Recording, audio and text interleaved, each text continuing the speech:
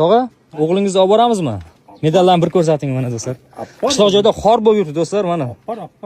Mana xudo xolasa mana shu ukamni o'zim Ratnoy tog'am bo'ladi. Tog'amning o'g'li O'zbekiston chempioni bo'lgan.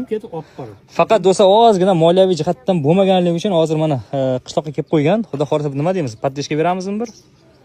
Necha yosh? Hozir 17 yosh. Mana do'stlar, oddiy mana qishloq do'stlar, mana shu xonadonda, mana shu xonadonda yashaydi ushbu jiyanim do'stlar. Mana shu xonadonda chempion bo'ldi kecha O'zbek. Ha. Osiyo chempioni, jahon chempioni. Xudo xolasa tog'a paddeshka beramiz. Paddeshka beramiz do'stlar. Oramizda kimda futbolda tanish bilish bo'lsa, bemalol aloqaga chiqamiz, xudo xolasa jiyanni bir ko'rsatamiz.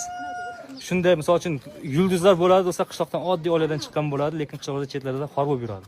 Xudo xolasa paddeshka berishga harakat qilamiz do'stlar. Xuddi o'zimda ham xuddi shu holat bo'lgan. 16-17 yoshimda o'zim professional futbolchi edim. Biron bir komanda klubga borganimda $2000 kontraktga pul so'ragan. Xudo xolasa endi bunaqangi nima deydi? Pora olish nimalar bo'lmaydi. Xudo xolasa mana shu jiyanimni shaxsan o'zim harakat qilib olib boraman. Tayyormisan?